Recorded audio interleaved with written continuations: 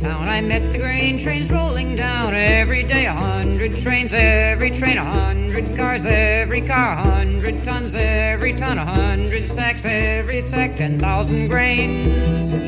And that's what cities get from trains. Some politicians lacking brains said in voices dripping sweet, we don't really need these trains, railroads all are obsolete. They're union strong, it makes demands, they guard their yards with railroad dicks who kick our cops clean off their lands, do not like our politics. As I was going up from town, I met the grain trains rolling down. Every day 100 trains, every train 100 cars, every car 100 tons, every ton 100 sacks, every sack 10,000 grains. And that's what cities get from trains. So the politicians passed some laws to screw more money off the trains and deeper dip their pudgy paws in more control of railroad gains. The railroad said, get off our land. They went on strike to show their peak. The grain trains stopped their rolling and the city starved within a week. As I was going up from town, I met the grain trains rolling down. Every day 100 trains, every train 100 cars, every car 100 tons, every ton 100 sacks, every sack 10,000 grains. And that's what cities get from trains.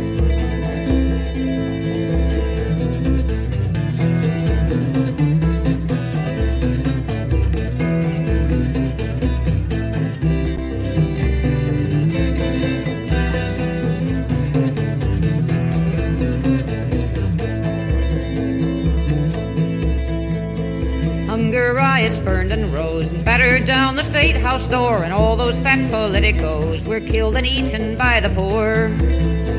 And with the city out of joint and no more politician men, the railroad said they'd prove their point and sent the grain trains down again. As I was going up from town, I met the grain trains rolling down. Every day 100 trains, every train 100 cars, every car 100 tons, every ton 100 sacks, every sack 10,000 grains. And that's what cities get from trains.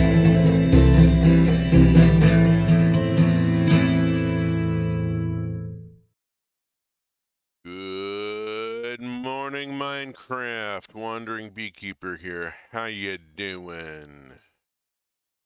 It is Saturday morning. We have talked about what we get from trains. It is time to look at how we do trains. We are going into Minecraft in just a moment here. Going to talk a little bit about history, a little bit about mods, a little about trains, a little bit about Minecraft. It's going to be an interesting couple of hours ahead of us. I should warn you that I am the former line developer of a steampunk role-playing game, tabletop role-playing game, and a historian, and this is my time period, and so yeah, I get a chance to talk about stuff that I know and love here. So I'm just gonna kind of geek out over a bit of history here.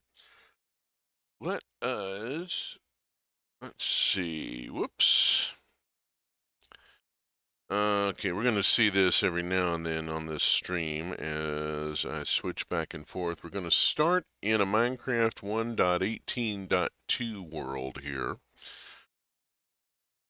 Because I want to look at a traditional create build.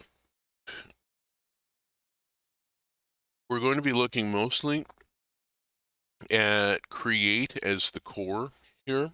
Create is the early part of the Industrial Revolution. If you go back into history and you look at the Industrial Revolution, the course of technology over the 1800s, from like 1800 to 1900, that's actually far too wide an era, but it'll do for us. Over that 100 years, we went from burning coal and doing everything basically by burning coal for heat and light, and doing everything by horse and ox, We developed steam power.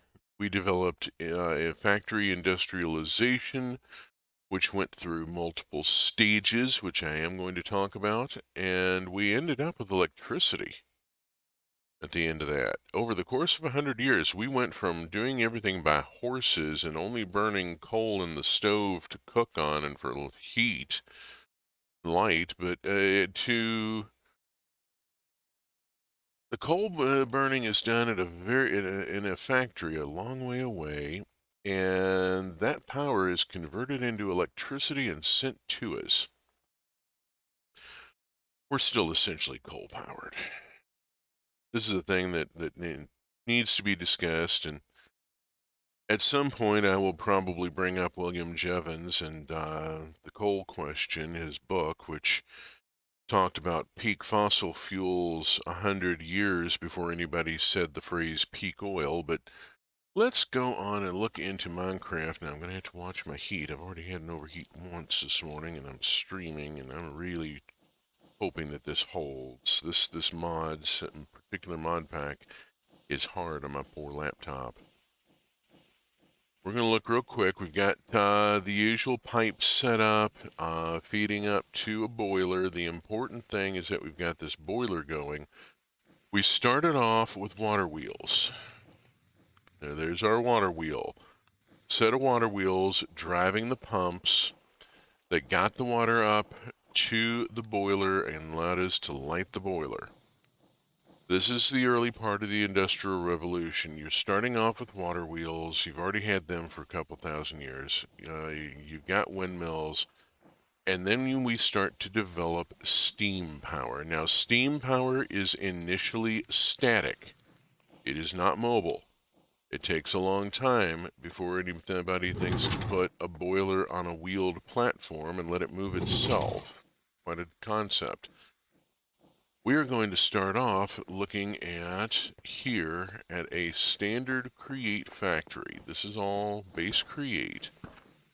The Bonker. This is the first machine you always build and create, and it's called the Bonker because the achievement you get from it is titled Bonk with an exclamation point. So the mod calls it the Bonker. Fine, I will not argue with the mod. Color-coded belts in here, basic stuff. I've left all the shaft exposed and not used andesite casing on anything so that I can monitor the moving parts. So, we have a boiler. Important thing is we have a boiler. Boiler is driving a main shaft. The main shaft runs the length of the factory floor and is the main power takeoff for the factory. This is how an early Industrial Revolution factory was put together. The devs who are continuing to work on Create have done a bang-up job of replicating the actual progression of technology. Early Victorian factories looked very much like this. There was a boiler, and it drove a rotating shaft, and you used leather belts to take power from the shaft over to the machinery. Or you drove gears, as we are doing here.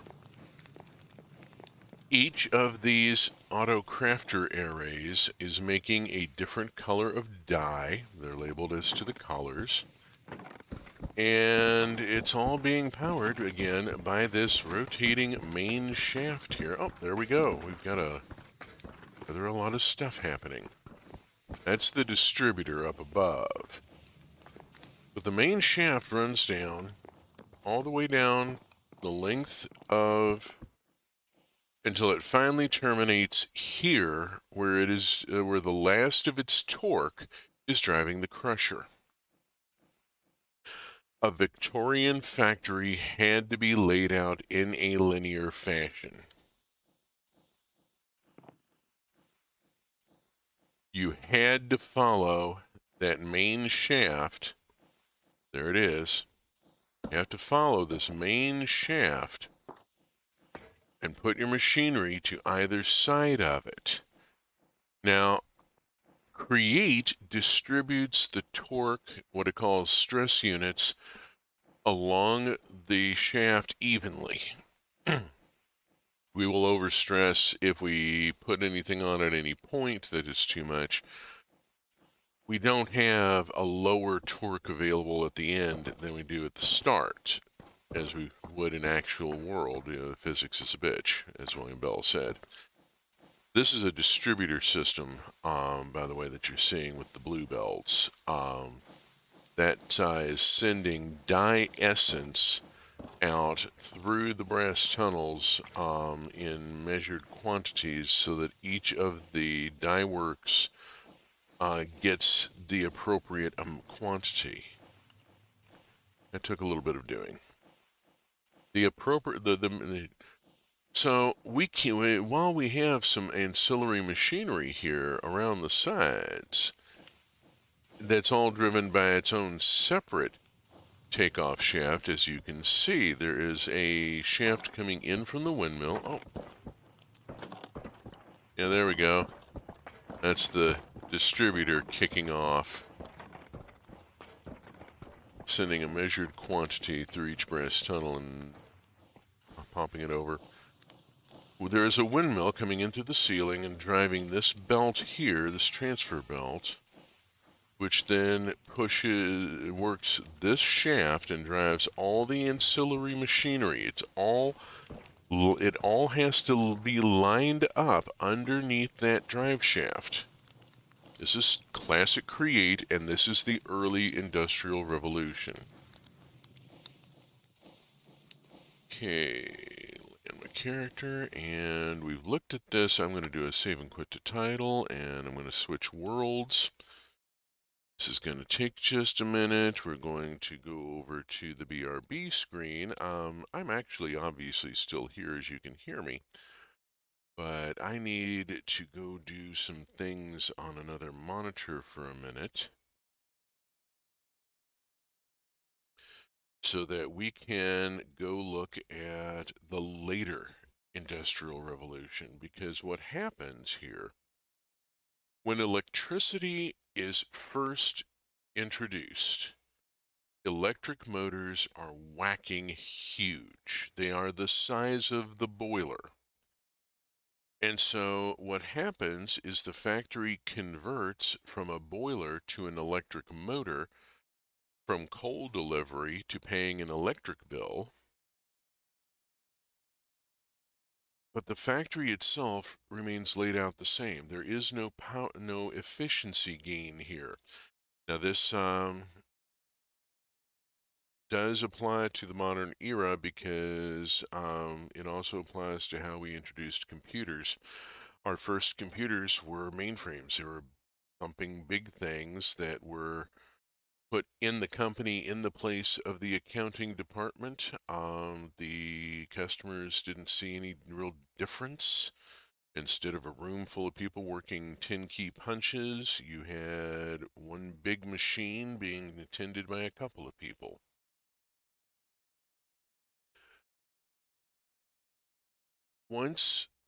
So the next critical thing came with the invention of the smaller machines. What do we got here? Sokim. Okay, actually, I also stream and do YouTube. On YouTube, I do cute try-on hauls and yoga. My Instagram, yada yada. Spicy site. Probably not going to talk with you about the spicy site. Not my thing. But hey, if you wanted to look at Minecraft and talk about Victorian technology, you have come to the right place. Because I am about to, let me get back to OBS here. Let us go game screen. There we go. Single player and load Tramontana. This is the current world that I'm working in. It is a 1.20.1 game world using the Create mod, and also with Create New Age. Create New Age completes the Industrial Revolution for Create. It introduces generators, and it also introduces small electric motors. And the small electric motors become absolutely critical to the design. Once we had, in the 1800s, once we had electric motors small enough to mount on an individual piece of industrial equipment, to mount on a particular machine, and run it by plugging it into the main cable. The main cable is flexible. It'll go all over the place. That was the iron train going by. Iron train does not stop here. We are at the factory farm. This is CK Farms. We'll turn around and look at it more in a second. You just saw a glimpse of something. Let's go turn around here. This is an electric motor. So is that. That is a strung motor. It has more capability than the basic motor behind it, above and behind it. The strung motor is operating a ducted fan here. The encased fan is driving air through this set of chutes and actually blowing stuff up into that barrel. And then out into the loader here that is supposed to be loading the train. Ideally, the farm should have automated delivery of its processed foodstuffs, but I am having a problem with the transfer to the train car. I suspect it is because I'm using a hopper car schematic DIN, but I've gone through it and haven't found the problem yet. Tangent. Smaller electric motors allow you to put your machines wherever you want to put them. This means you can now reorganize your factory floor in the order of production instead of in the order of power requirement. Early Victorian factories were organized, the machines were lined up from the boiler or electric motor outward in the order of power requirements. The biggest, heaviest machine was closest to the power source because it would take a lot of power off the drive shaft. And you needed to do that close in before you put any smaller machines on. The buzzer means that this train is stopping here, and we can see that it connects here. And we can also see that it is not moving fried rice. That fried rice should be going down through the portable storage interface into the hopper car. There are item vaults underneath the coal ore. There is no filter. Portable storage interfaces don't have filters. And it connects, whoops, we just got wiped off there. A little uncomfortable. We just got wiped off. Okay, so portable storage interfaces don't have filters. The electric motor, the small electric motor, allows us to organize the equipment in the order of the production steps, which means you have a much greater efficiency to the factory. You don't have people running back and forth up and down the line all day, hauling stuff from one machine to another. It's just passed down the line. The assembly line is born. Henry Ford did not invent the assembly line. He only commercialized it. He was also a screaming racist and generally a shit person, so let's not talk about him anymore.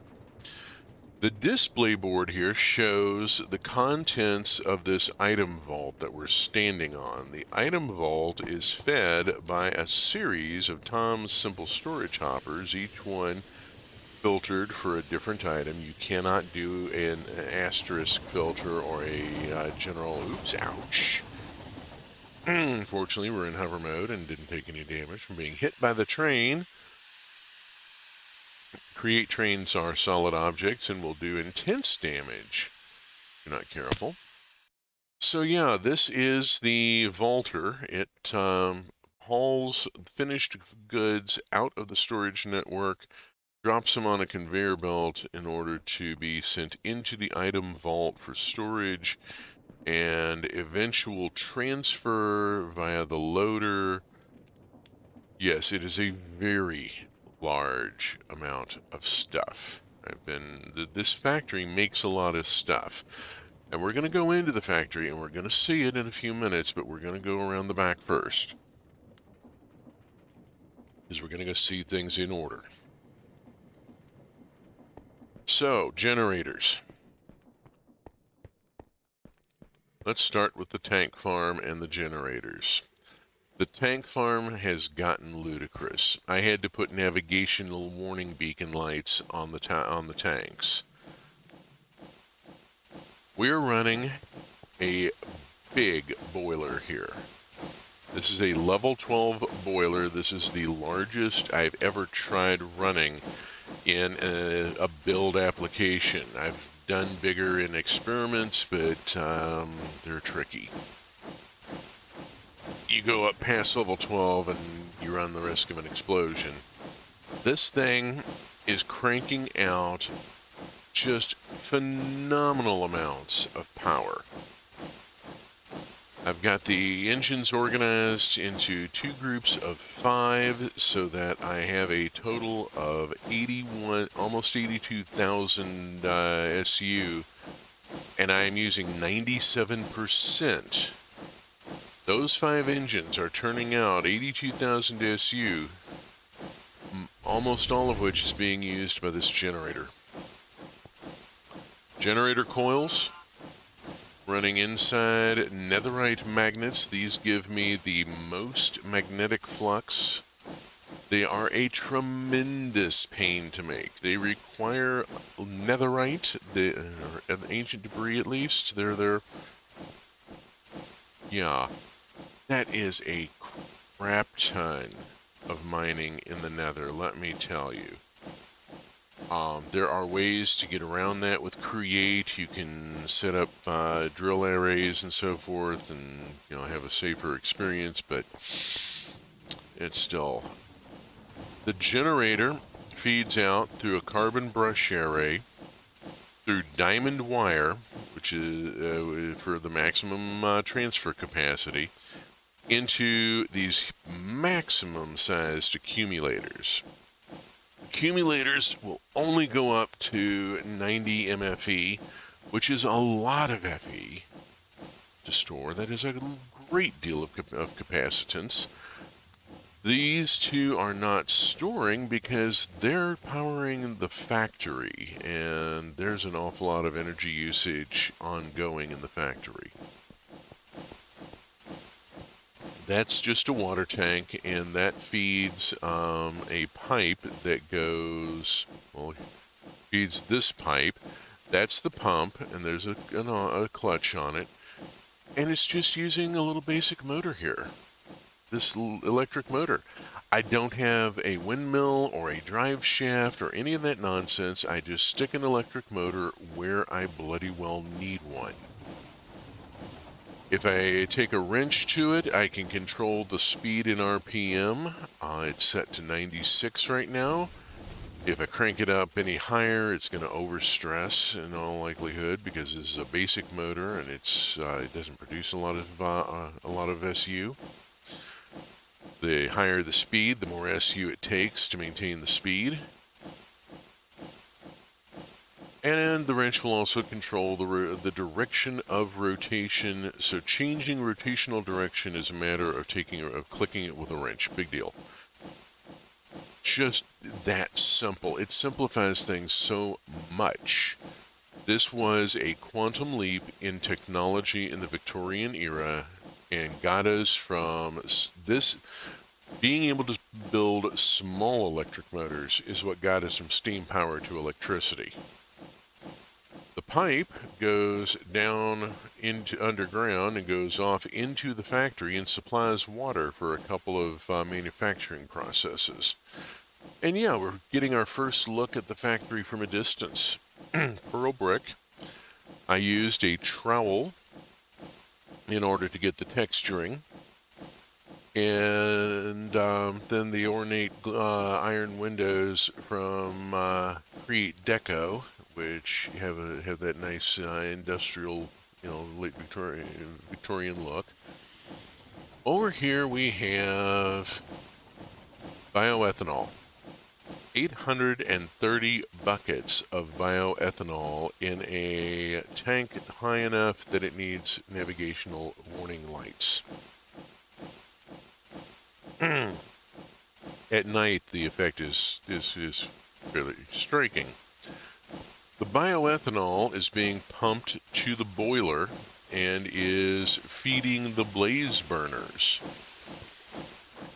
The blaze burners have been given straws so that they can consume liquid fuel and are just cranking merrily along. They took up 4 buckets each initially, and then there is a pipe supplying them with as much bioethanol as they want to drink. There's 800.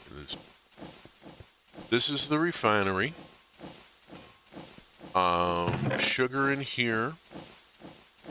Cinder flour here. And over here, this is where the biomass goes. We're not currently making biomass. I would need to feed like seeds and stuff into here that can plants that can be pounded into biomass. The seed oil is mixed with whatever plant and goes off to through the refinery. I've been using moss blocks and rotten tomatoes because I've had so many of both. Oh, and that is more seed oil being stamped out. And here we are at the farm itself. We get a look. There are 2 generators, yes. There is a total of 5 accumulators. The silo there is actually a silo. The Tom's Simple Storage System is built into it. That silo is full of barrels from top to bottom, and is the storage system for the entire farm. Everything feeds into and out of that silo. It's the pivot point of the entire farm. Standard, very basic auto harvester for wheat. Everybody has seen a radial wheat auto farm. This one's using bunny ears sails because I happen to like that design. I've used spinal ridge sails a couple other places. So yeah, the seeds gathered by the wheat from the wheat field go into the storage system and are then dropped by this hopper into the chest, and well, there we go. And are then automatically stomped into seed oil. Let's go on and get this going. Rather than go find more moss block and harvest it, I'm just going to do a give command. I really have no problem using give commands, by the way, I should warn you. Oh, Lord, my heat. I hope this doesn't overheat on me. Hey, Mox. Working and lurking. Beautiful steampunk situation going on here. Yes, thank you. We are talking a lot about steampunk and about the Victorian era and the Industrial Revolution here. Let's see. Moss block 1024. Boop. And let's just get this rolling here the quick way. I have no problem giving myself using give commands to grab raw materials. However, the world you are seeing has been built 99% in survival mode. I have processed and crafted everything from raw materials for the challenge of it, but have not gone out and spent like days mining and foraging and stuff, because who's got the time for that? I got a refinery to build here. I got a factory to run. I got a farm to see to. Standard circular farm for the assorted veg here. We have a pumpkin auto farm going here. Now I have included Botania in my mod set, my mod pack, because Botania has some really useful stuff. The floating agricarnation you'll see here and there, that is a magical flower that bone meals any crops in its radius. It just continuously randomly bone meals in the area. You'll see green sparkles when it does that. And then the deployers are all given iron axes and told to attack so that they will break the pumpkins, and then shoots under the deployers to catch the pumpkins and drop them into the system. Standard radial sugarcane farm. Over here we have livestock, the cow compressor. I've used entity cramming here to do this, and so yeah, we have a cow compressor. These are bergamutes, which absorb sound and help keep the noise down from all these critters, chickens, pigs, and sheep. And then the chests are for breeding more. If I want more sheep, I just throw wheat into that, and it gets deployed in and breeds them. And hey presto. Wired for electricity. The diamond lines are the main high tension lines. They are carrying power across the farm. The gold lines are the takeoff lines. They are lower power and used to connect the motors. Again, being able to put a motor wherever I damn well please allows me to build the machine and then worry about how I'm going to power it. And if something is going a direction I don't like, I just use a new motor. I got a couple of motors on this. This is the Auto Bees. Electrically powered automatic bees. Bees are not producing at the moment. They've probably run out again. The problem with bees is that they wander off and they get caught in the machinery, and every now and then I have to restock my bees, which is annoying, but that's part of being a beekeeper. You have to restock your bees at times. The farm still has some flaws in it. I'm working on it. The honey gatherer, however, works really well, and I have a tank over here with 181 buckets of honey that this machine has gathered so far. Electric auto cow, currently shut off. It has a single bucket on the assembly line, and even with that one bucket, I was getting an awful lot of milk in the tank, and yes, thank you, Bossy. I was getting to be awfully a lot, and so I shut it off. But you haven't been happy, have you, stuck up there? Let's fire up the pump, and then we'll fire up the auto cow. And the bucket goes up the conveyor belt and into the deployer. Oh, bother. I've got dirt in the damn thing. Shit. Alright, can I... How do I get a hold of this? I'm gonna have to come up here and take it. Come on, come on, let me in there. I gotta get this dirt out of there, or we're not gonna be able to...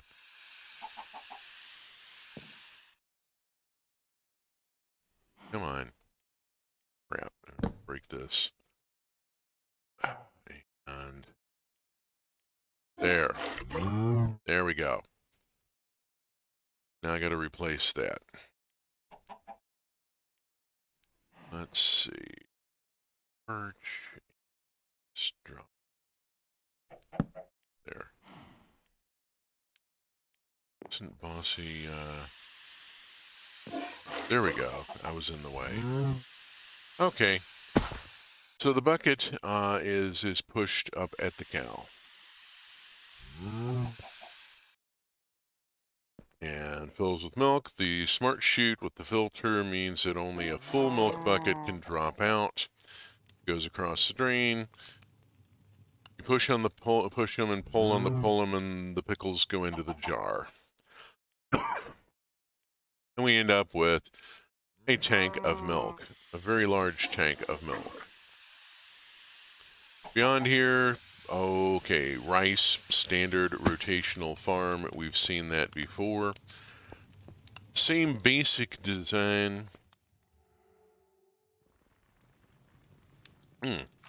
Excuse me. A bit dry this morning. Same basic design for cocoa beans as for pumpkins.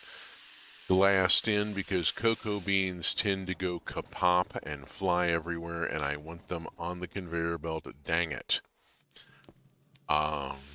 Some of the machines do have names. This is Sylvester McCoco McBean.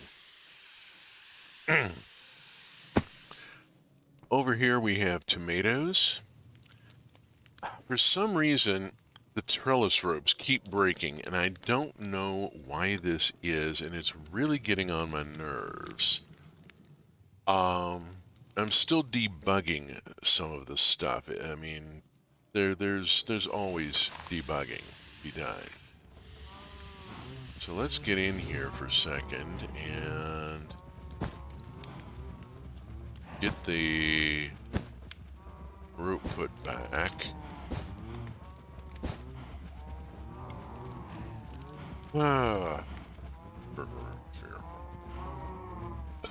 This was the result of an earlier experiment that didn't work so well, but it taught me to put the hopper hawk in the middle. That is a floating hopper hawk, Botania functional flora. The hopper hawk picks up any dropped item in its radius and drops it into the chest underneath it. You can filter what goes in the chest. I haven't bothered because pretty much the only thing in the radius is going to be tomatoes.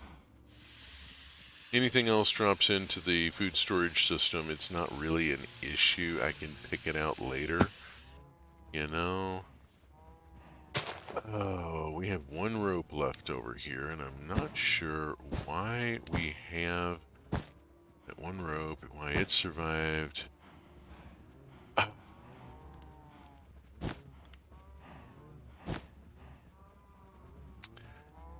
not figured out why the ropes keep breaking. I think the ropes are breaking partly because when I start up the game world, but I'm not totally sure. Here we have the central silo. Central silo has over 3,000 inventory slots in it. You can see that there are barrels inside. There's 1,800 slots free at the moment. I've stored rather a lot of stuff, haven't I? This is sugar processing, and it is continuous. Any sugar cane dropped into the central storage system will be immediately pulled out, dropped into this mill, converted to sugar, and dropped back into central storage. Boom. Very tight little loop here. I have a similar tight little loop over here.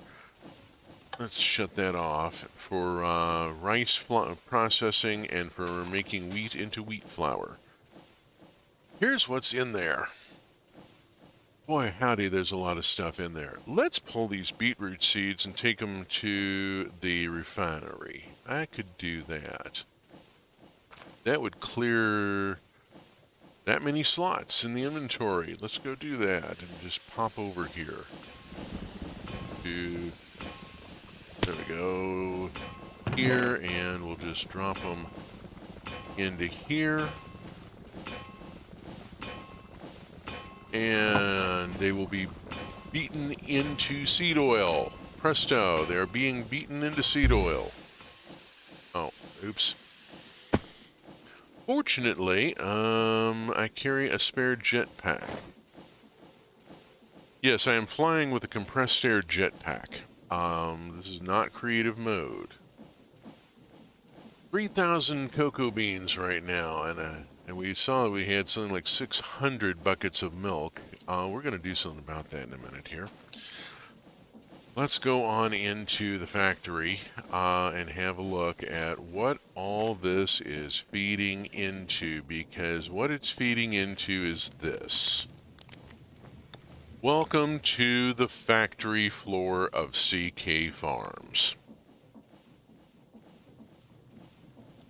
All electrically powered, nice electric grid coming in, Tom's storage cables going through, piped in fluids. Let's start over here.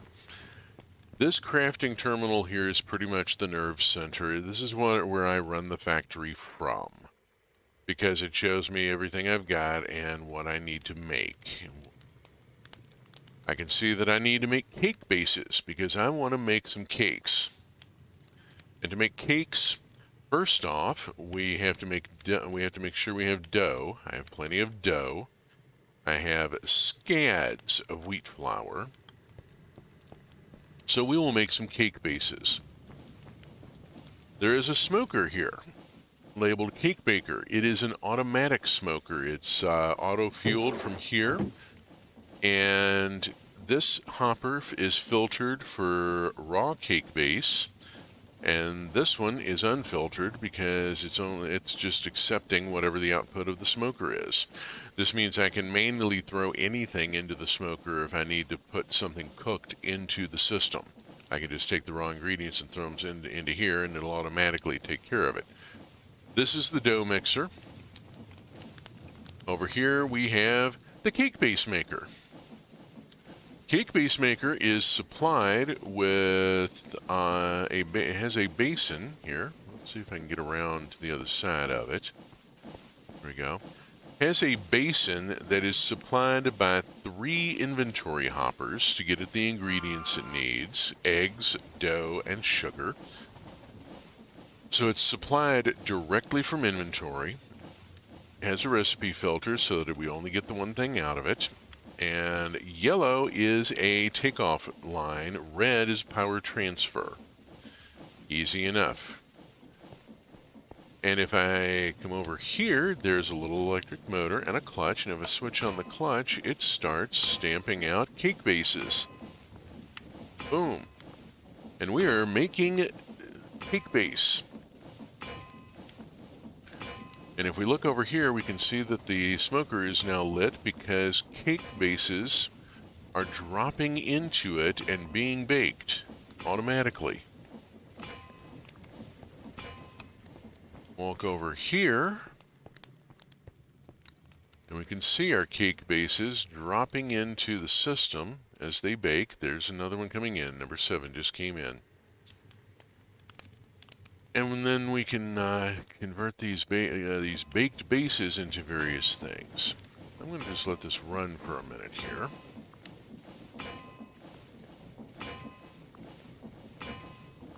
Tell you what, let's just let it run for a minute and go fire up the chocolate machine, because we need to fire up the chocolate machine.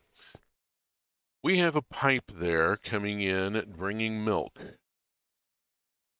It brings milk down to here, where we then also supply cocoa beans and sugar, and we make chocolate. And the chocolate goes into the tank. Push on the push 'em and pull on the pull 'em. I'm going to fire up the pump first, and then fire up this motor up here, and whirra. We are making chocolate. We're making chocolate at a high rate of speed. We're pumping it out with a 128 RPM basic motor maxed out. And we can see, just look at that. We have a steady flow of chocolate into the tank.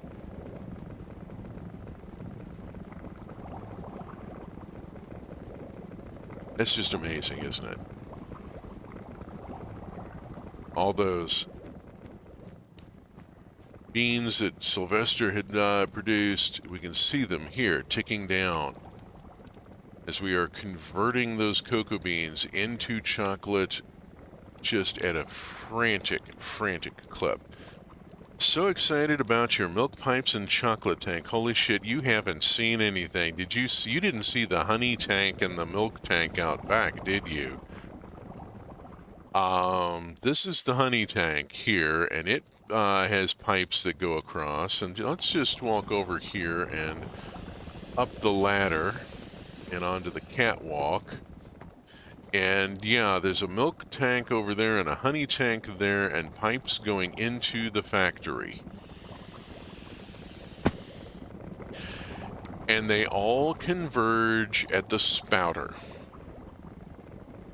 Chocolate, milk, honey, all supplied to a spout so that I have a manually controlled spouting station where I can make 3 different kinds of cakes. Let's make cakes. I've had the cake base banger going for a while. Let's shut it off. There we go. That gets me rather a lot of cake bases. Plenty.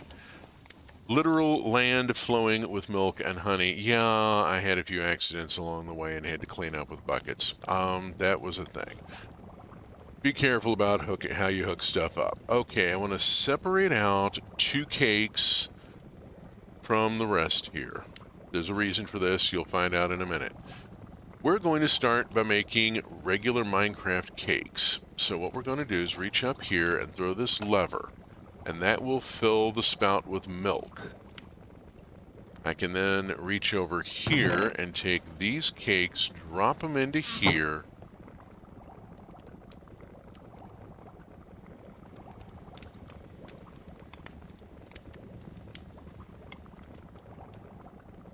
and produce 22 Minecraft cakes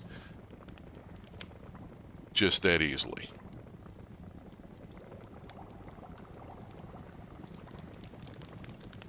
Now they won't show up in here because the vaulter is running. They'll show up in the vault.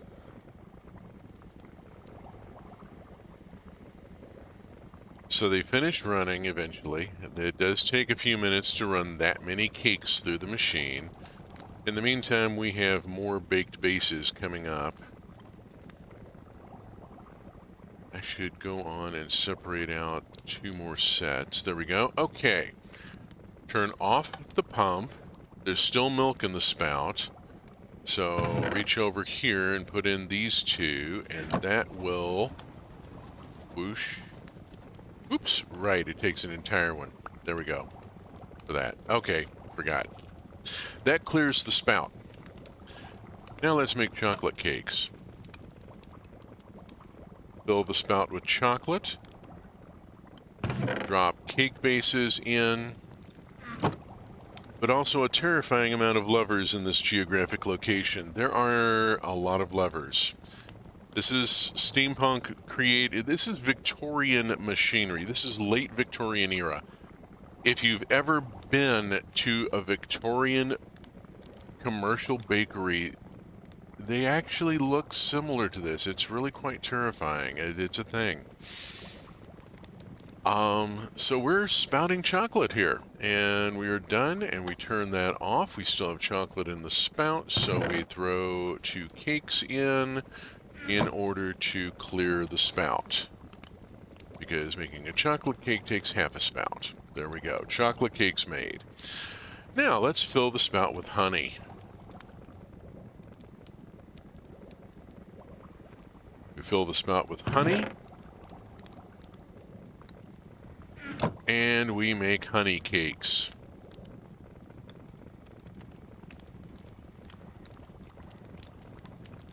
Making 3 different kinds of cakes that easily, just by throwing the levers and controlling what is being spouted.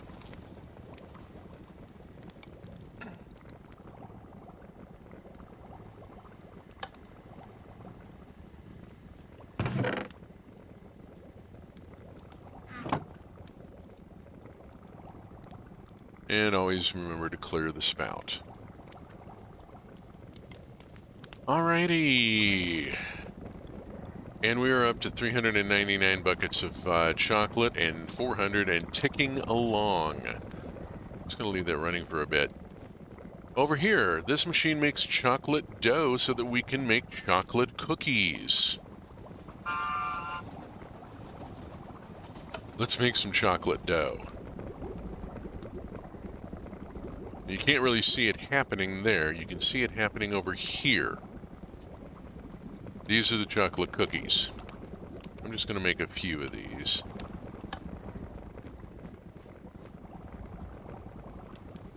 Let's see. Grab 7, and I think it takes 4 to clear the spout. I really ought to have a chart.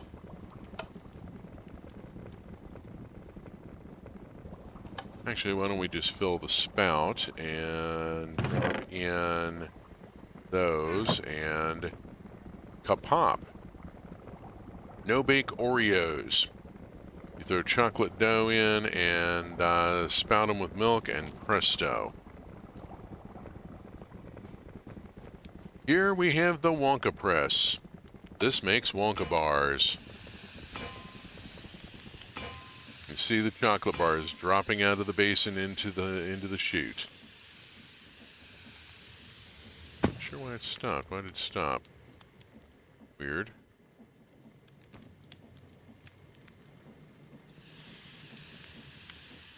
Ran out of chocolate. Why is it out of... Oh, I forgot to turn the pump on.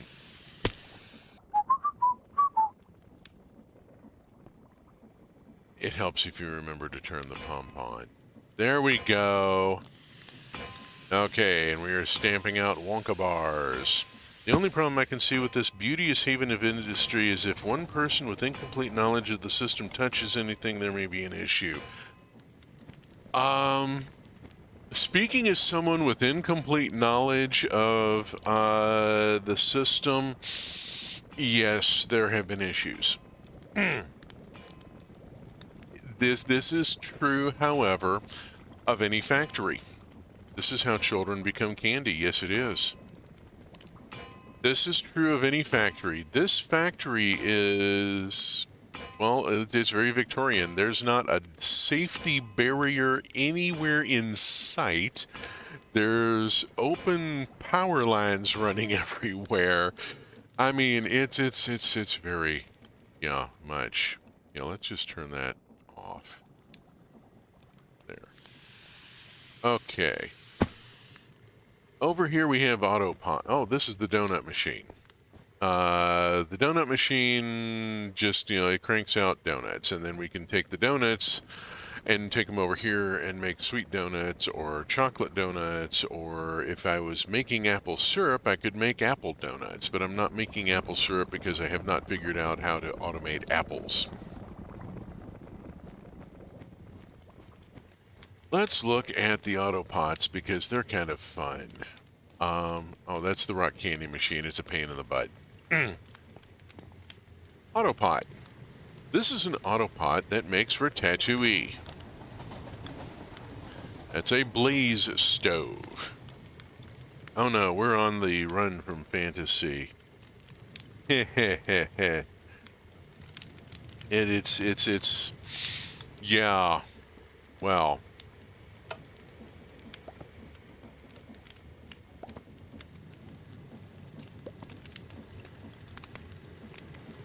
Robo Chef.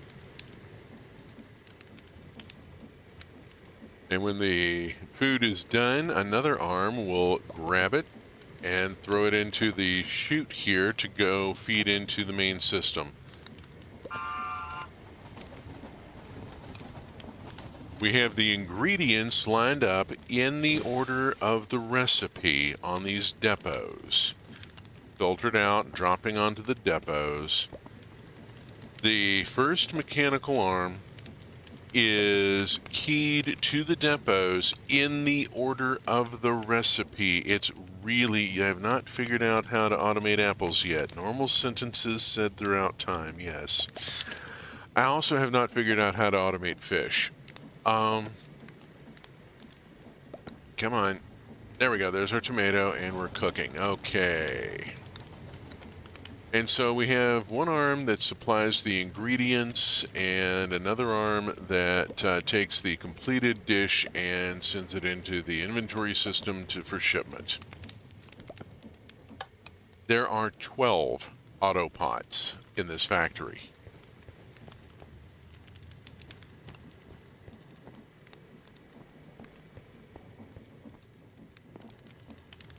Autopot number 11 over here, Autopot number 12 over here makes glowberry custard. Autopot number 12 has a special consideration.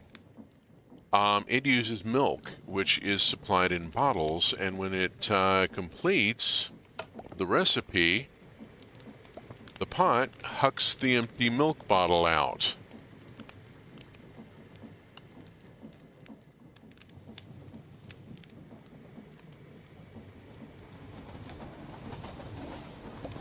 Onto the floor, where the floating hopper hawk above the chute grabs the empty bottle and drops it into the chute so that it goes back into the system to be refilled with milk.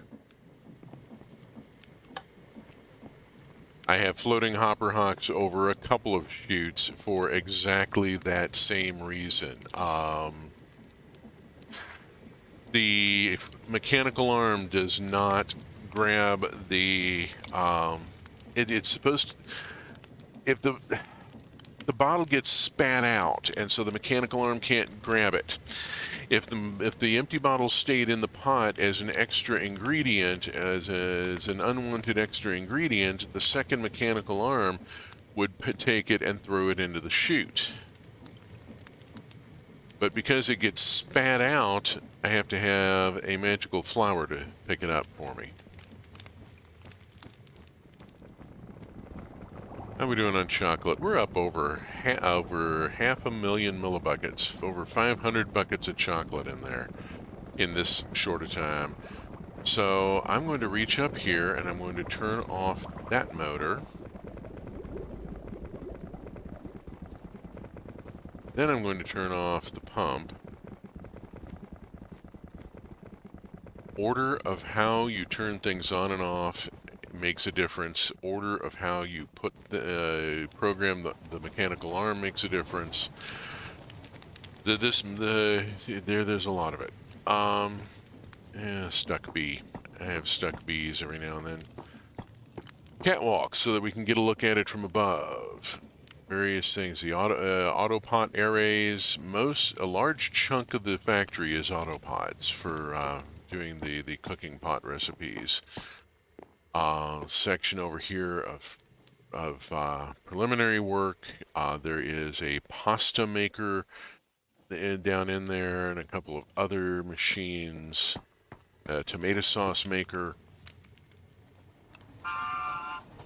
But mostly, yeah. There's the spouter. Oh, and then over here, ouch. This is Uncle Roger. He makes cooked rice.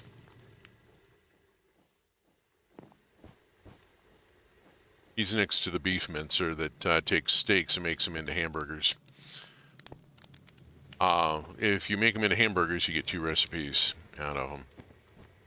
And then everything eventually ends up... We have... Whoops, I've gone out the wrong door.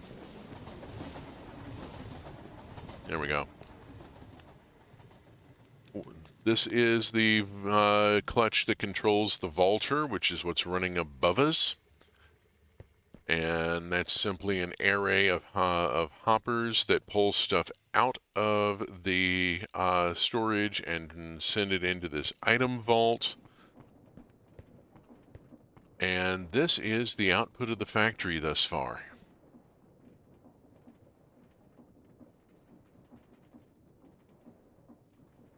I think it actually runs off the bottom. There may be more items than will fit on the display board. I've had to expand the display board upwards, as you can see, a few times, just to get everything on it.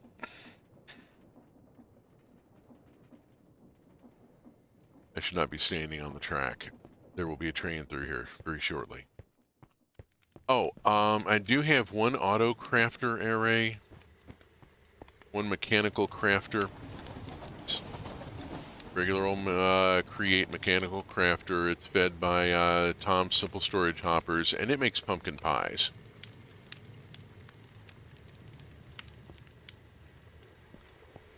because pumpkin pies have to be crafted rather they're farmer's delight. They have to be crafted and basic. They have to be crafted rather than being put through the mixer. And that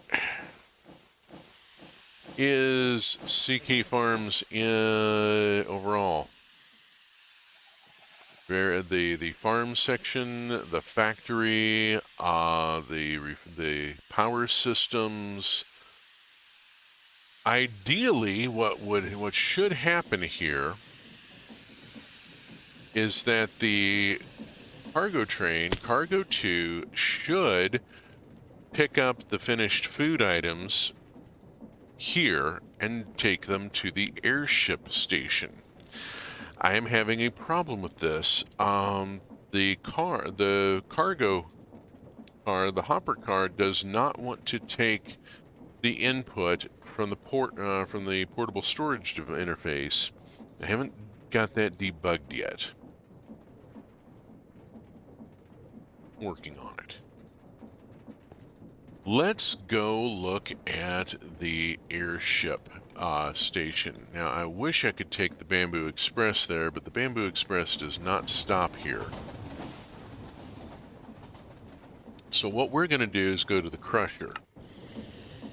This is at the mansion, also known as the factory, the original factory. And I'm going to take this opportunity to put my spare jetpack on the winder. Now, yes, that it would be one of the trains coming in. That's the Bamboo Express, which I'll want to take to the airship station shortly. We'll go look at it, get it in a minute. I'm going to get it on this next loop. Is this one of those situations where there's incomplete documentation? Oh God, yes. There's incomplete documentation.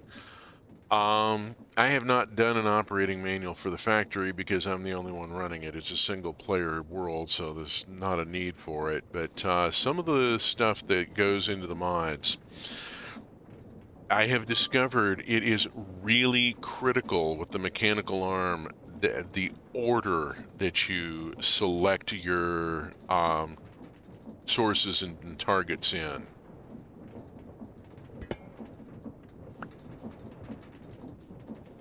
It makes a big difference, and that's not in the documentation. Create New Age is okay as far as doc, but it's also got some issues. This was my first attempt at a tomato farm. As it says, there are no failed experiments, just more data. I learned that I had a conveyor belt to catch the tomatoes and kept having stray tomatoes landing on the dirt or wherever, and put a hopper hawk around behind to pick them up and said, you know what, why don't I just, screw the conveyor belt, just wrap the farm around the hopper hawk. Made sense. Standard sugarcane farm, because you can never have too much sugarcane.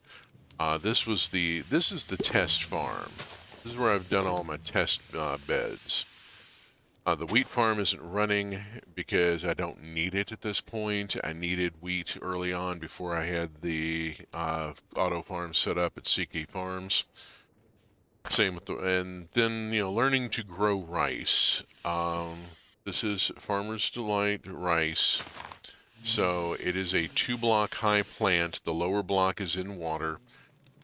And then I've got a standard auto harvester to go around and take up the rice above the water. Once the plants get above the water, the floating agricarnations will start bone mealing them. The agricarnation will not bone meal a plant that is underwater. Now this one I used a dorsal ridge on for the sails instead of the bunny ear design. Lower profile, whatever. A couple of test hives. Various things. Mox, were you here when I showed off the elevator? Did you see the elevator? I'm going to hold here for a minute. I need to anyway. so that I can catch the correct train.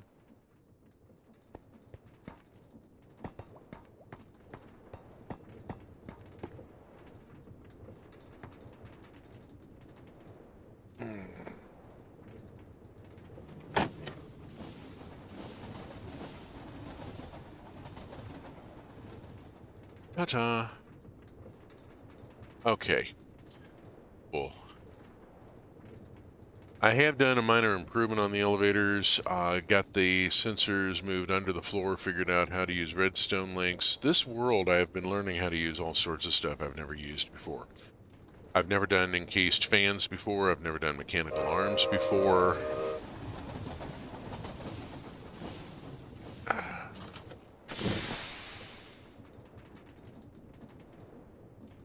We'll take the Bamboo Express up to the airship station.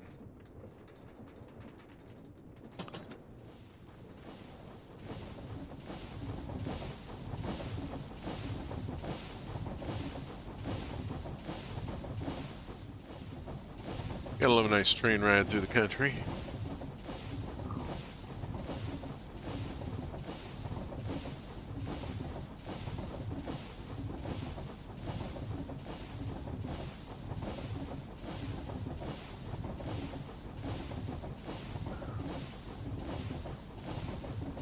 That is the iron extractor.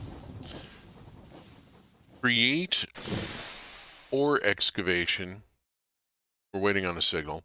Create ore excavation gave me a reason to build a cargo railway. I had been wanting to build a railway, but had not. I was just trying to build passenger lines connecting pre-existing villages. And I'm like, Create ore excavation gave me a reason to build a cargo railway. Ore excavation puts veins of minerals in various places in your game world. They are very widely spaced and rare and a little difficult to find sometimes. We're coming up to the airship station. We'll be leaving the train momentarily. I've located a few of them. I've only exploited 2, one for lapis and one for iron.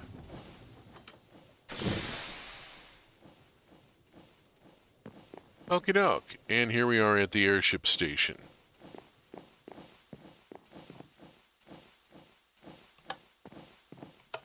Hit the call button. Mechanical arms start hitting that technical limit for me where my brain goes, I have to do things in order? No. Yeah, my neurodiversity is very much about order. Satisfactory is a thing. Shapes is a heck of a game. I play Shapes, and it is a wonderful, wonderful game because it gets the whole thing of production down to its basic elements, dumps the whole ecological exploitation storyline, and just really gets it down to the actual mechanical elements, and I love Shapes for that. Okay, let's go up a floor to the mezzanine and see the automat. Because I have built an automat.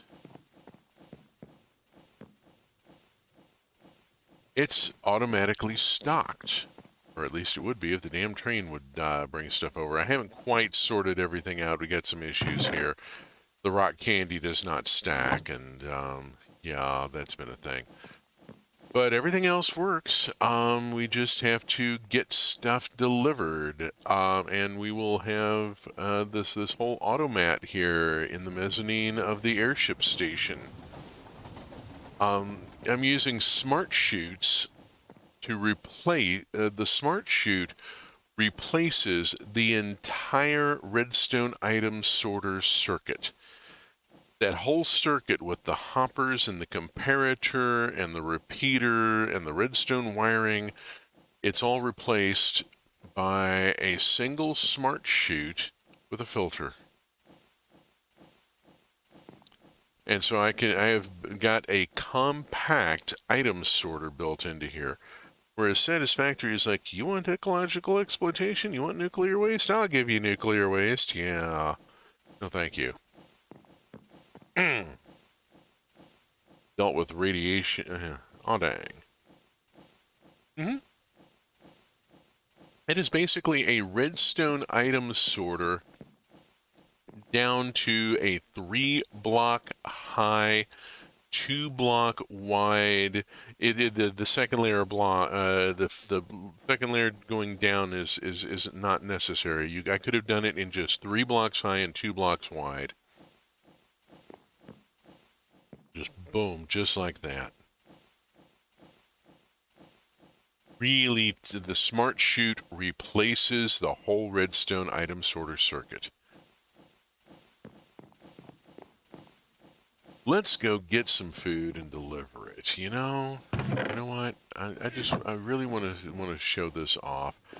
I need to send this up to the ship level so that I can get the elevator out of the way so that I can then zap down through here. And let's go look at the delivery mechanism because, yeah, there's a hopper here that if there was food or in the hopper car, it would be automatically taken off the same way as the iron is back at the mansion.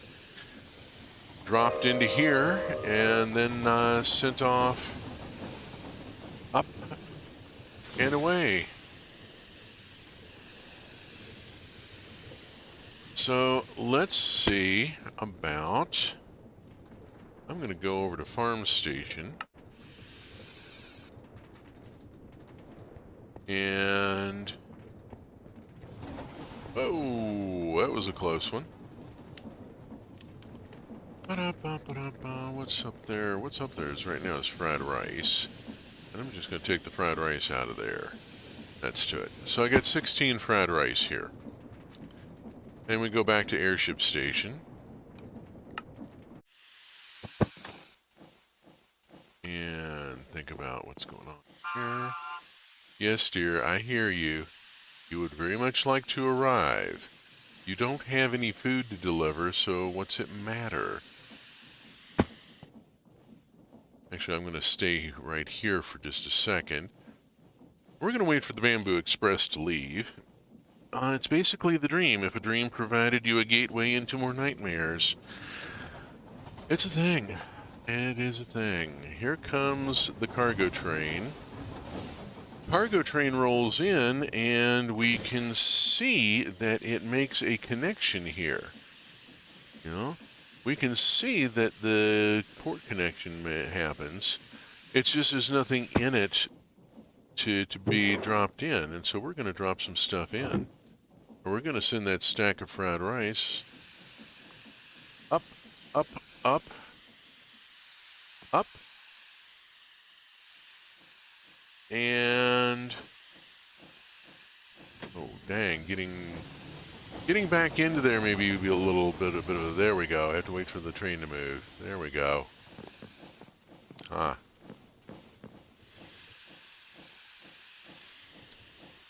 And let's see, main dishes, fried rice. Oop, there's our fried rice that we just dropped in from below. It's fully possible that you just have to build the cargo thing again, but 20 degrees to the left for some reason. That is a distinct possibility. What is more likely to happen is I am going to build a hopper car from scratch rather than trying to schematic one in. Because I have not been able to find a damn filter anywhere. It's making me just so frustrated. But the iron car will accept iron and the coal car will accept coal, and neither one will accept fried rice. And it's making me just, it's sending me right up the wall. And so I'm working on that. I am working on that. Let's go up to the warehouse level. Oh, I need to turn my jetpack off because the jetpack does not like me standing on catwalk in an elevator. Let's go up to the warehouse level here. Past the mezzanine and on up. And here we have Well, there's the business end of this, and I really ought to put glass over it so that, nobody accidentally throws stuff in it or whatever. Not that it would matter too much, as there is an overflow and error barrel here. Anything that doesn't get sorted just goes in the barrel. But yeah, I ought to have like a railing around it and maybe sheet metal over the top. I haven't been up here to redo the decorating since I put this in. I had to rip out a bunch of my crates and stuff.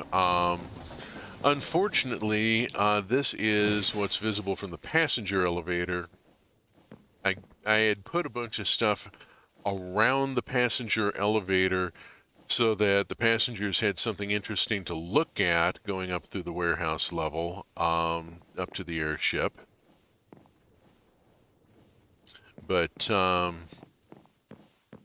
yeah.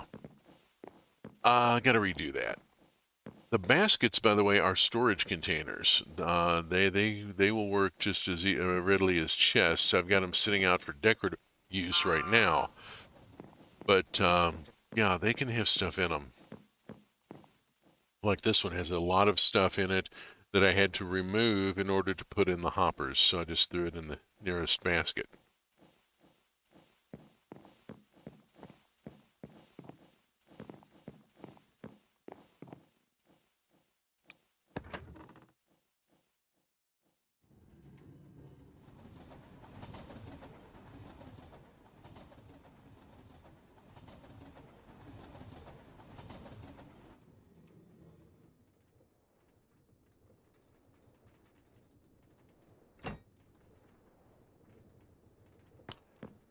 I need to get the redstone item link working on the arrival signal so that I can make the bridges raise and lower.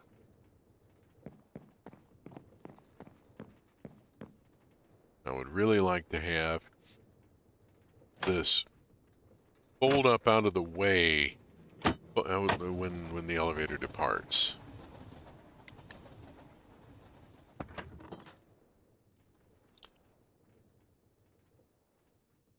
Same thing with safety doors down lower. I've yet to figure out how to do safety doors.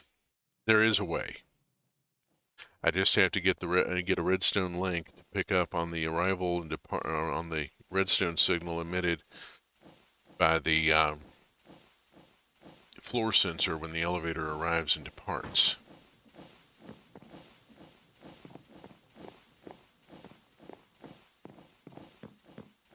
The chuffing you're hearing, by the way, is the boiler down underneath the airship station that is providing its electrical power. The airship station has its own generator on site. That is pretty much the extent of that. Let's see. So, the whole point here being that we have moved from dependency upon a central drive shaft and having to organize the equipment in the order of power takeoff to being able to organize the equipment however we like in the order of production, where it's most convenient to put it rather than, than having to shoehorn it into some place because of how the power systems go. Who's arriving? Oh, that's just a cargo train going by. Never mind. Let's go check the iron extractor and see how much it's got right now. The iron extractor is kind of a neat thing because, there's this, whoops. Hi, sorry, swat. Let me go around the other side. There we are. Create machinery generally will run underwater, which is kind of a neat thing.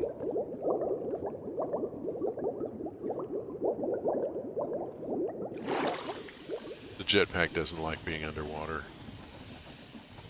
491 raw iron in the vault at the moment, none up in the loader. There's a separate switch to throw it up to the loader. I did put andesite casing on the conveyor belt. That helped with making it. So safety is possible. The rules just have to be written in blood, redstone, and also workplace accidents. That is actually correct. Safety manuals are written in blood. Any engineer will tell you this. Most of the rules and regulations that we have, most of the stuff from OSHA that people complain about, is there because someone died.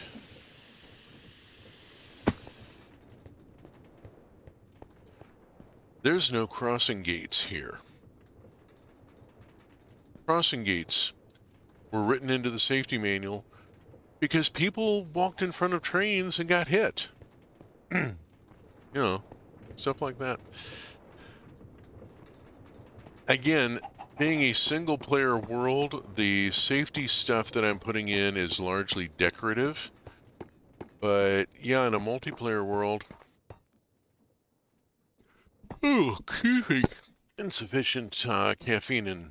Yes, too much blood in my caffeine stream here. Correct that. It is early morning.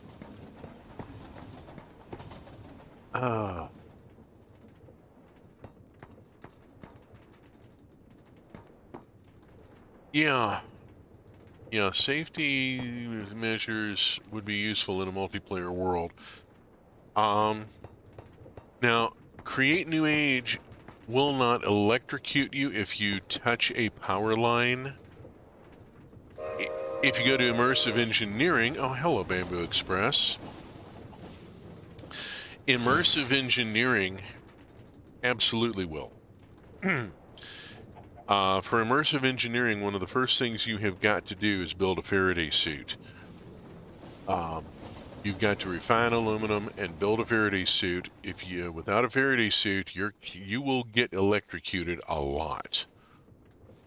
Like, a lot.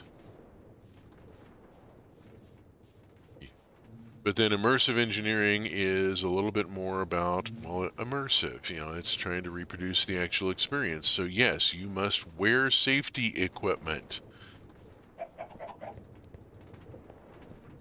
Oh, I'm trying to remember if I had anything else going on at this point. I got to a point last night where I'd gotten the automat working and then was fighting with the train loader, and I rebuilt the train loader 3 different times, and finally realized that it's the hopper car. It's some sort of issue with the hopper car.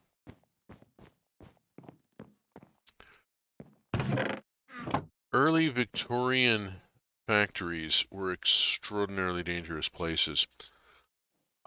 Textile mills were horrific.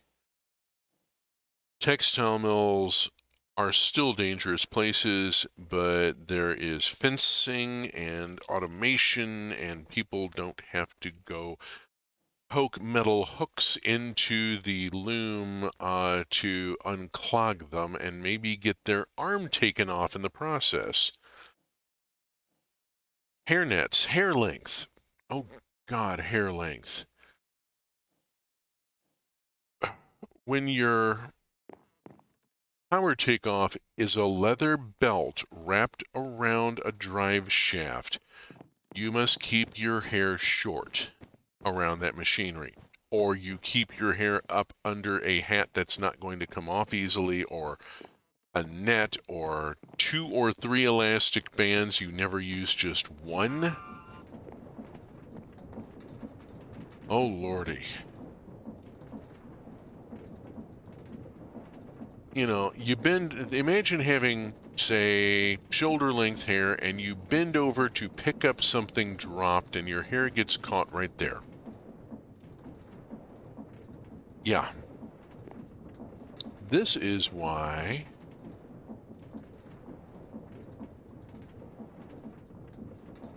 encased machinery was invented.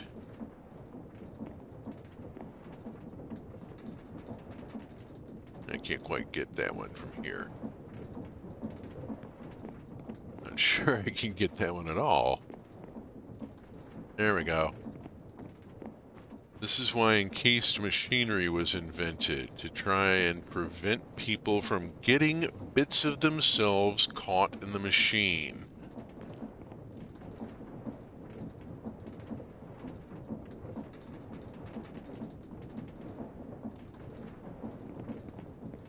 Some things, however,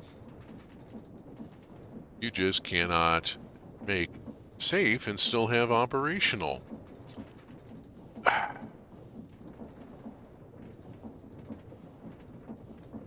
Terrible scene. Bad to look at and to feel. Yes.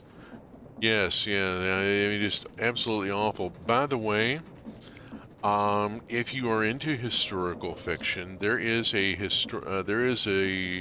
British TV series called Bomb Girls. Do not watch without a content warning. There is an industrial accident in the first episode. It is critical to the story arc of one of the main characters. But it is graphic, I will warn you. Bomb Girls takes place in during World War II at a bomb factory in Britain. And yeah.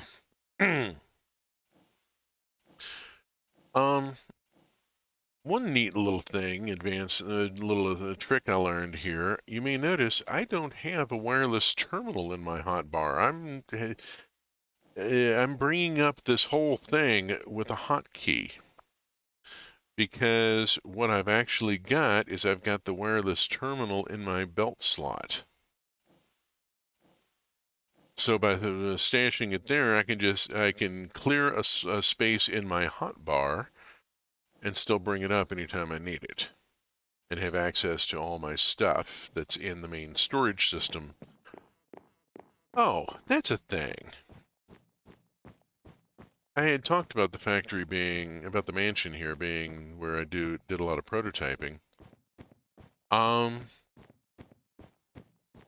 There are no failed experiments, just more data. Here is the prototype of the spout workstation that we saw at the factory.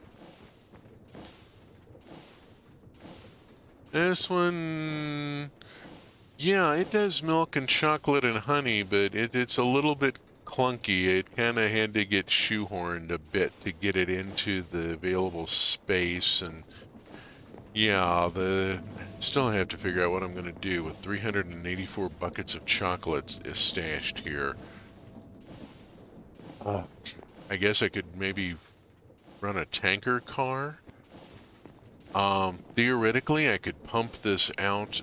Theoretically, I could pump it out to the train station outside and into a tanker car and haul it off to CK Farms to be loaded into the chocolate tank there.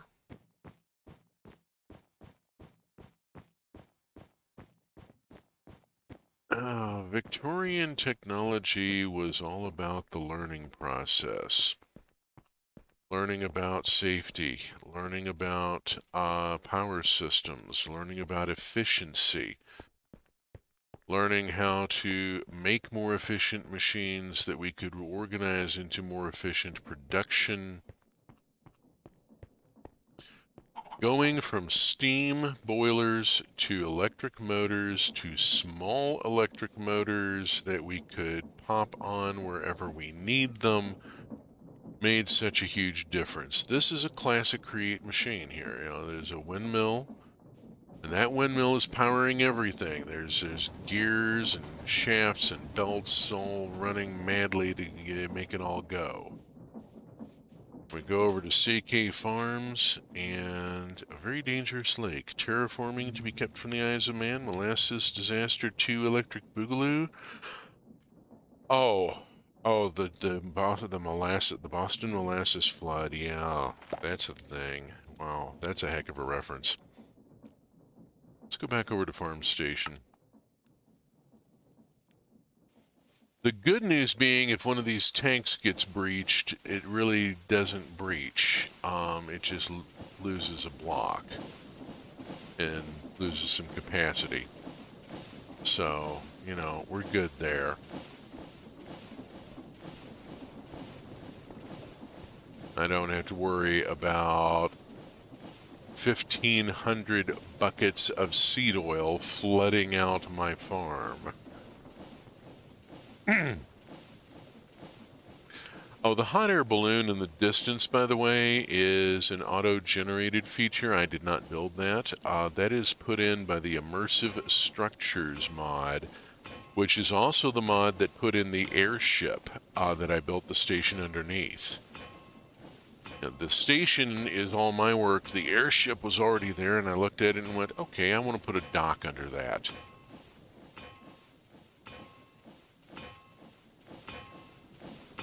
Got a wheat seed delivery.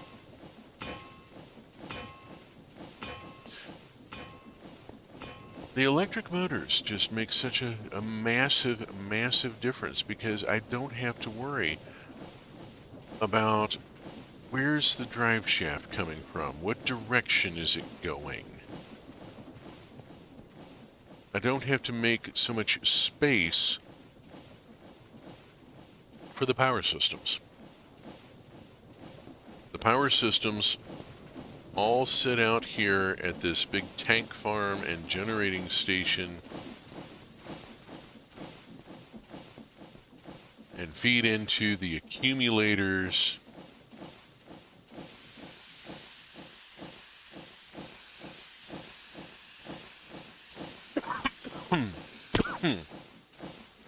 The accumulators are buried in the ground to various extents. They are actually very tall.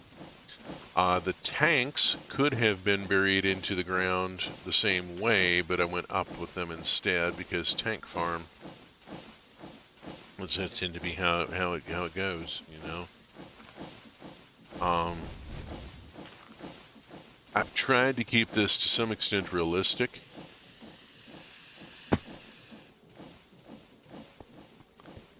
That said, there are a few concessions. You know, like the cow compressor. That's just a sad thing. Let's just walk past the cow compressor and go see the bees. I need to conjure more bees. It's going to take a minute. And, yeah, rather than going and finding more bees or farming more bees or whatever, I'm just going to summon a bunch. There. That's to it. It's a single-player world. Okay, and that gets me some bees going. We have seen bees here and there stuck in various places. Multi-block structures are the name of the game. Oh, yes, very much. Multi-block structures are how Create works. The whole idea of Create was to do all the processing in world rather than inside a magic block. So many tech mods, you feed stuff into a magic block and stuff comes out the other side of the magic block. And all you have to do, and all you do is make magic blocks and route stuff between them. Create is all about the machinery and making things happen in world. You know, the electric auto cow here. We see this bucket traveling around and back up so that the cow can be milked again.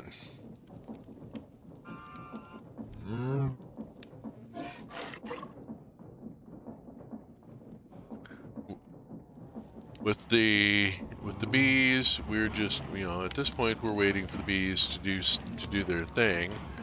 As they do their thing and honey is produced in the hives, the deployers, poking glass bottles at them, will create honey bottles which drop out the smart chutes and again go off to a drain and into the tank. And you push on the push 'em and pull on the pull 'em, and the pickles go into the jar. By the time I get to the point where I've gotten an appreciable number of bees, I forget what I even needed them for. Generally, what I do is I get I get 2 bees, and then I have lots and lots of flowers, and I stand there and breed bees. I normally try to build out the hives as quickly as possible so that I know, what I'm doing with them. Oh, there went a honey bottle. Just heard one. We see we have bees coming out, we have hives going into honey, and that means that we have bottles going around the system. There we are. There's a honey bottle going. And here's a bee riding on the conveyor belt. This happens a lot. They touch the conveyor belt and then they're riding on it, and sometimes they end up riding on it for a while and taking damage in the process. The bees get squished in the machines sometimes, and that's a problem, but, that's why I have to occasionally conjure. I also keep hearing background chickens. Oh, yes, there are chickens. The chickens are in the box.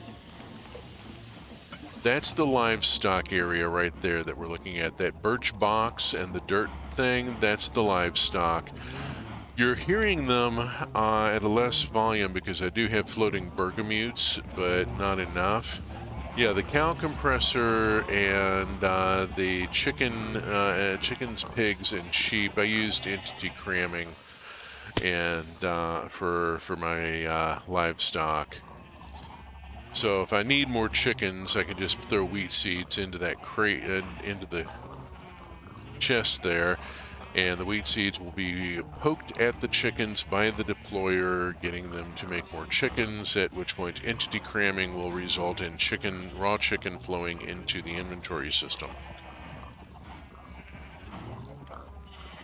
Carrots, wheat for the pigs and sheep, yeah.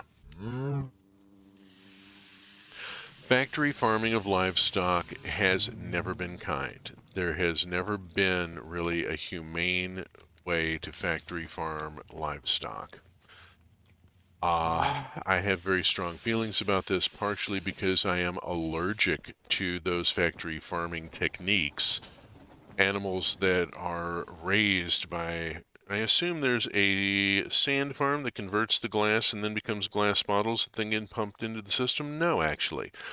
What happens is the bottles just go round and round and round. It's very rare that I need to add more bottles. The bottles get drained and go back up, and so there's actually only like 3 stacks of bottles in the whole thing. It doesn't need to be a lot more. If I need more bottles, I can just make them here very quickly. I can make a stack of bottles. And then I have 4 auto smelters back at the mansion. If I can throw sand in and have plenty of glass. I did that early on, which is why I have so much glass. I threw a double chest of sand into one of the auto smelters, and just had glass ever since, pretty much. But the bottles get filled with honey. They hit the drain, and then we've actually seen a couple go by here. It takes a while. But the bottles go across the drain and then are sent, the empty glass bottles are sent back up that way to the chest here, where they are then sent out through a distributor. This one is set to only send groups of 7. There are 7 chutes. And so when a stack of 7 bottles goes into the distributor is set to force a split. No, I'm not allergic to the milk. I'm allergic to the meat specifically. Reduce, reuse, recycle, yes. Reject needs to go in the front of that. What can you live without? Then reduce, reuse, recycle. It's the meat itself. Animals that are kept idle develop a high concentration of a fatty acid called arachidonic acid in their systems. Animals that are kept active, hello bee. Animals that are kept active, free-range animals, wild game, do not build this fatty acid up in their system. It builds up because the animals are kept idle.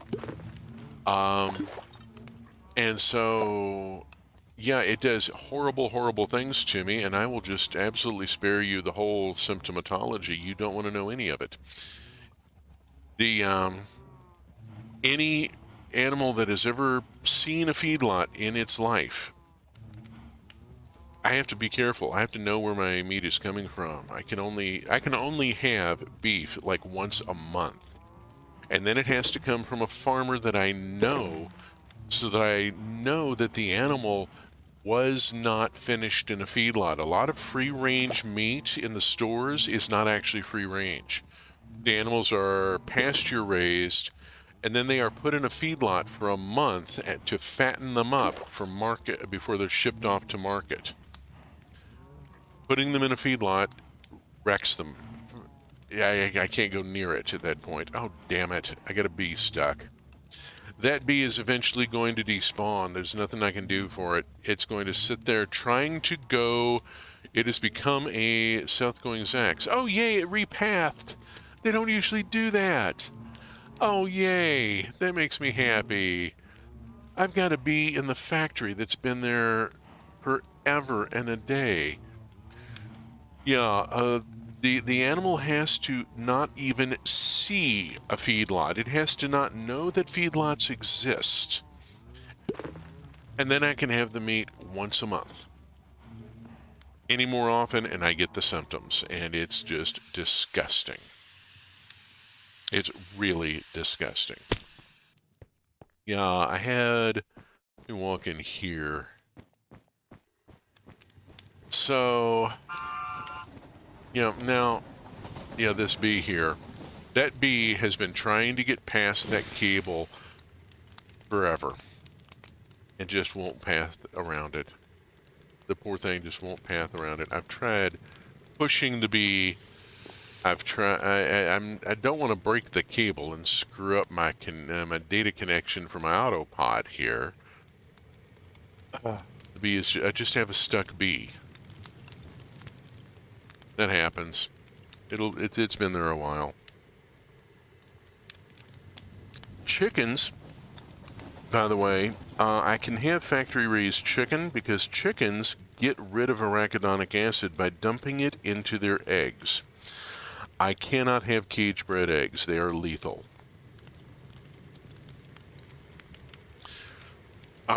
We right now have chicks in a tub upstairs in the upstairs bathroom. We're waiting for them to get big enough to move them out to the pen in the backyard, to the barn in the backyard, at which point we will free range our own chickens right here it is possible to do free range urban chickens. The lot that the rental house is on includes a disused lot that has an old barn on it. The barn is not in great shape. The roof's got holes in it, but it's structurally sound enough that we're going to just put chicken wire up around part of it and put a tarp over the top and have a chicken pen. Presto. Chicken coops are really cheap to build. At which point we will be raising eggs on site that I can eat. Yay! Yeah, cage-bred eggs are just lethal. They are like hand grenades of gross. The sound you're hearing, by the way, and this right here, that is a a chunk loader with a creative motor on it that I hid down in there. Um, the chunk loader is necessary to keep the farm going. And I put a creative motor on it because I'm not arfing around with my chunk loader. Thank you very much. I do not want my chunk loader kicking out because it ran out of fuel. You know, that would just be bad. So this entire farm was built in about a week. I started it after the end of last week's stream, and in about a week, this is what I've gotten. Now, if I can just get the food transport to work, because I have all this food.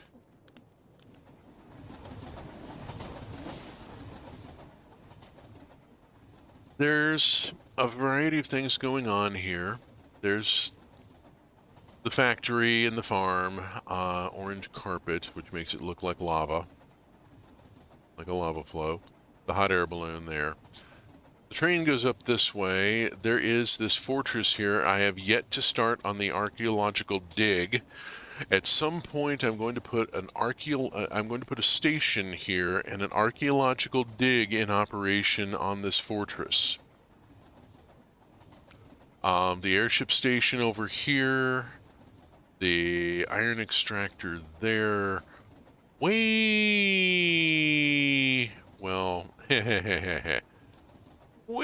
up here is a coal deposit. And I intend to run a train line up there and bring that coal down, because that coal deposit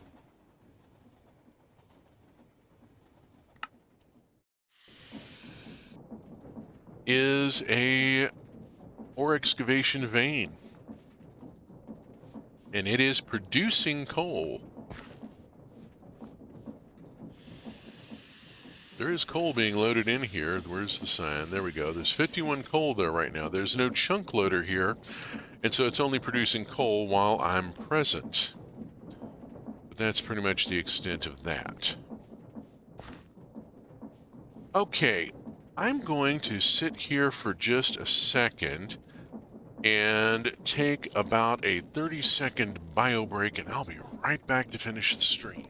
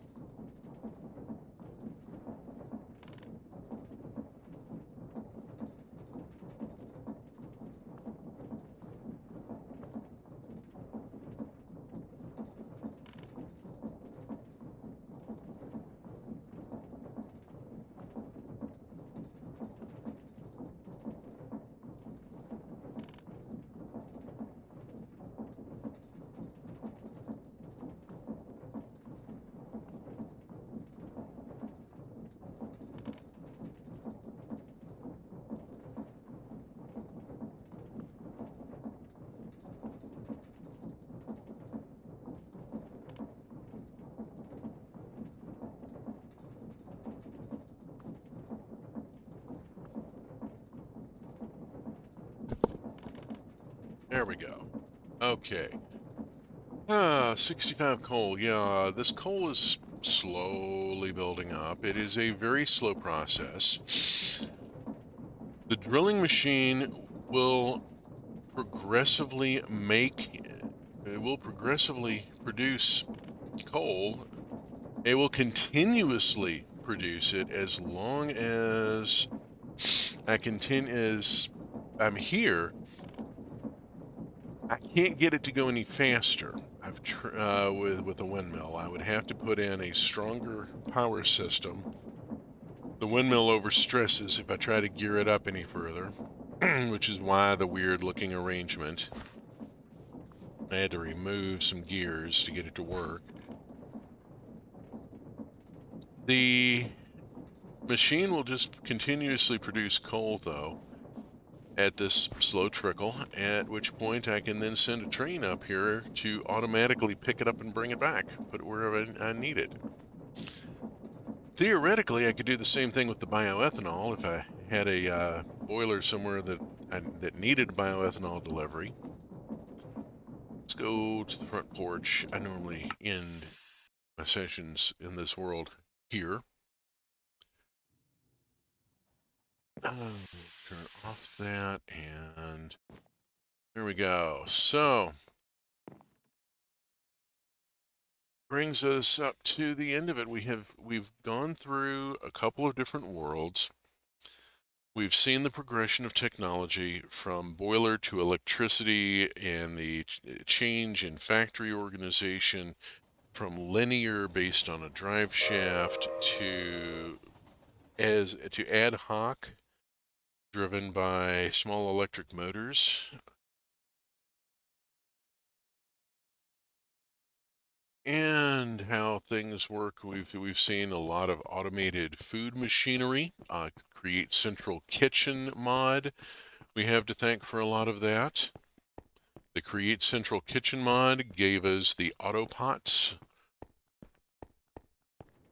We have create new age with the electricity, and from here,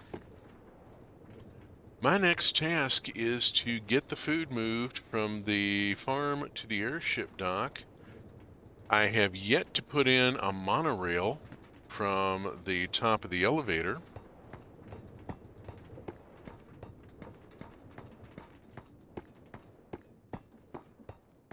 I have the monorail track. I've been so busy with the kitchen, with CK Farms, that I haven't gotten to the monorail yet. Excuse me.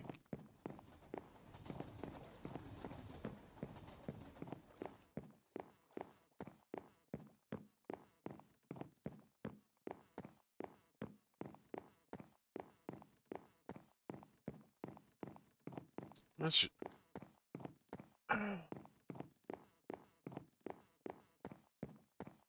also, I don't know, I haven't. I have not moved the sensor under the floor. The redstone contacts need to be moved underneath the floor of the elevator. Would allow me to have that one more block of window there. I could see things as we go up.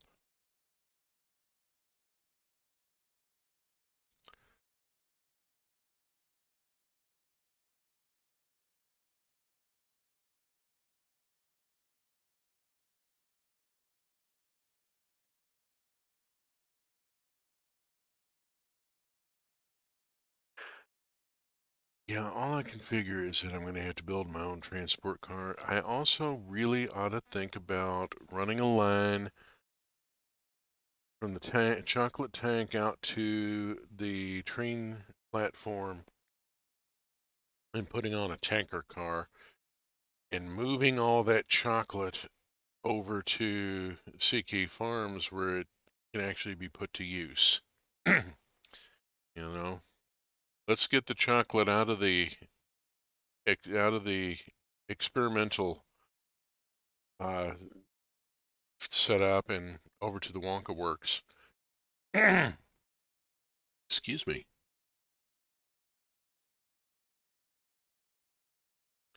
It is a good thing that we are reaching the top of the hour because my voice is starting to go.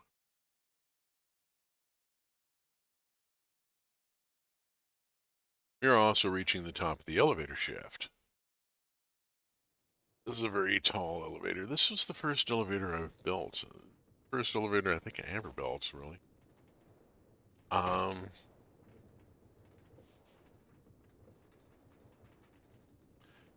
Yeah.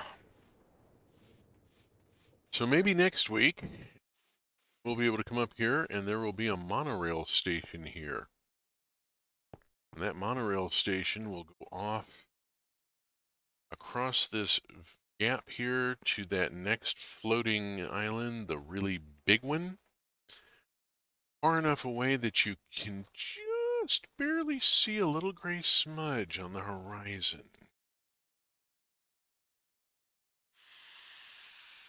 There. That. Building a monorail track across this gap to this island. That's going to be a challenge. Figuring out how to get the track across there. Going to be interesting. Riding it going to be interesting too. And going out over that gap. So,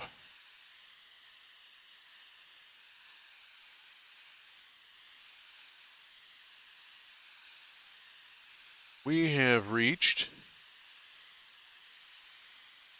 the top of the hour. It's going to look so good when you're done. Oh, yeah, I really hope so. I hope so. I've got plans for this, and we will see how it comes out, but I really hope so. I'm going to go with the steampunky carriage that I built in the last world rather than the gleaming white monorail that everybody wants to build. I don't want a Disney monorail. I want something that looks like it's powered by clockwork. And this time, dang it, I'm gonna remember to glue it properly so that the gears are part of it and it's got decorative cogs turning on the outside, damn it. And that brings us to the end of another session of this stream. We have reached the end of the lecture and the end of the tour and the end of, well, pretty much everything that I'm going to do this morning. And I need to close out before my laptop overheats. Poor thing. Trying to run these mod packs and stream all on the same box is kind of hard on the system. We got through, though, without an overheat. Knock wood. I'd like to thank you very much for being with me on this journey. Those of you who are tuning in on the VOD, you probably already know that my Twitch VODs are on YouTube. The URL for my YouTube account is on the screen now.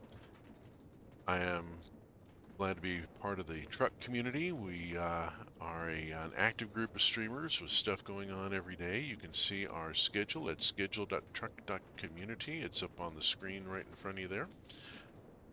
I will be back next week at 8 a.m. UTC-6 with more trains in Minecraft. And I will be back tomorrow night, 8:30 p.m. UTC-6 for a much more chill stream with Roots of Pacha.